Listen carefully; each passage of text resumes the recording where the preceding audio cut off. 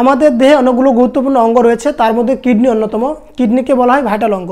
কিডনির কার্যক্রম করার ক্ষমতা 70 থেকে 85% পর্যন্ত কমে না যাওয়া পর্যন্ত কিডনির রোগগুলো ধরা যায় না।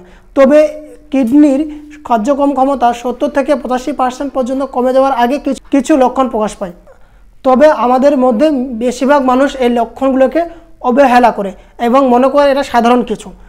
যে সকল লক্ষণ প্রকাশ পেলে আপনার কিডনির সমস্যা হতে পারে তার মধ্যে অন্যতম হলো 1 নম্বর পা ফুলে যাওয়া। সন্ধ্যার শুরুতে বা রাতের মধ্যে পা ফুলে যায়। পা ফুলে যাওয়ার অন্যতম কারণ হলো কিডনির যখন সমস্যা সৃষ্টি হয় তখন বডিতে সোডিয়ামের ভারসাম্য ঠিক থাকে না এবং এই সোডিয়াম দেহে ফ্লুইডের পরিমাণটাকে বাড়ায় দেয়, ফ্লুইডকে জমা করে রাখে। এ কারণে পা, গড়ালি, চোখের পাতা ফুলে যায়। 2 নম্বর ঘন ঘন প্রস্রাব হওয়া। ঘন ঘন প্রস্রাব হওয়া শুধু ডায়াবেটিসের লক্ষণ নয়, এটি কিডনি রোগের লক্ষণও হতে পারে। 3 নম্বর রাতে ঘুমের সমস্যা।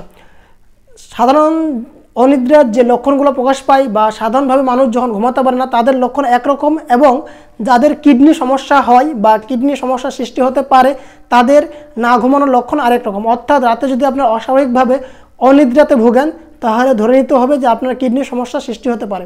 4 নম্বর শ্বাসকষ্ট। কিডনির সমস্যা হওয়ার কারণে দেহে তরলের ভারসাম্য তারতম্য ঘটে এবং তখন শ্বাসকষ্ট সৃষ্টি হয়। বিশেষ করে যখন মানুষ ঘুমায় কিংবা শুয়ে থাকে তখন এই সমস্যাটা প্রবল আকার ধারণ করে। 5 নম্বর পায়ের মাংসপেশিতে টান সৃষ্টি হয়। কিডনির সমস্যা হওয়ার কারণে আমাদের বডির ইলেকট্রোলাইটের যে ব্যালেন্স সেটা ধ্বংস হয়ে যায়, অর্থাৎ ইলেকট্রোলাইটের ইমব্যালেন্স সৃষ্টি হয়। এ কারণে ক্যালসিয়াম, ম্যাগনেসিয়াম, সোডিয়াম এর আয়নগুলোর ঘনমাত্রা ঠিক থাকে না, যার কারণে মাংসপেশিতে টান পড়ে। এই লক্ষণটা বেশি দেখা যায় পায়ের পেশির ক্ষেত্রে। এই সমস্যাগুলো দেখা দিলে কিডনি রোগ হতে পারে। এ কারণে এ সকল লক্ষণ প্রকাশ পেলে অবহেলা না করে দ্রুত কোনো ইউরোলজিস্ট বা নেফ্রোলজিস্টের সাথে যোগাযোগ করা দরকার।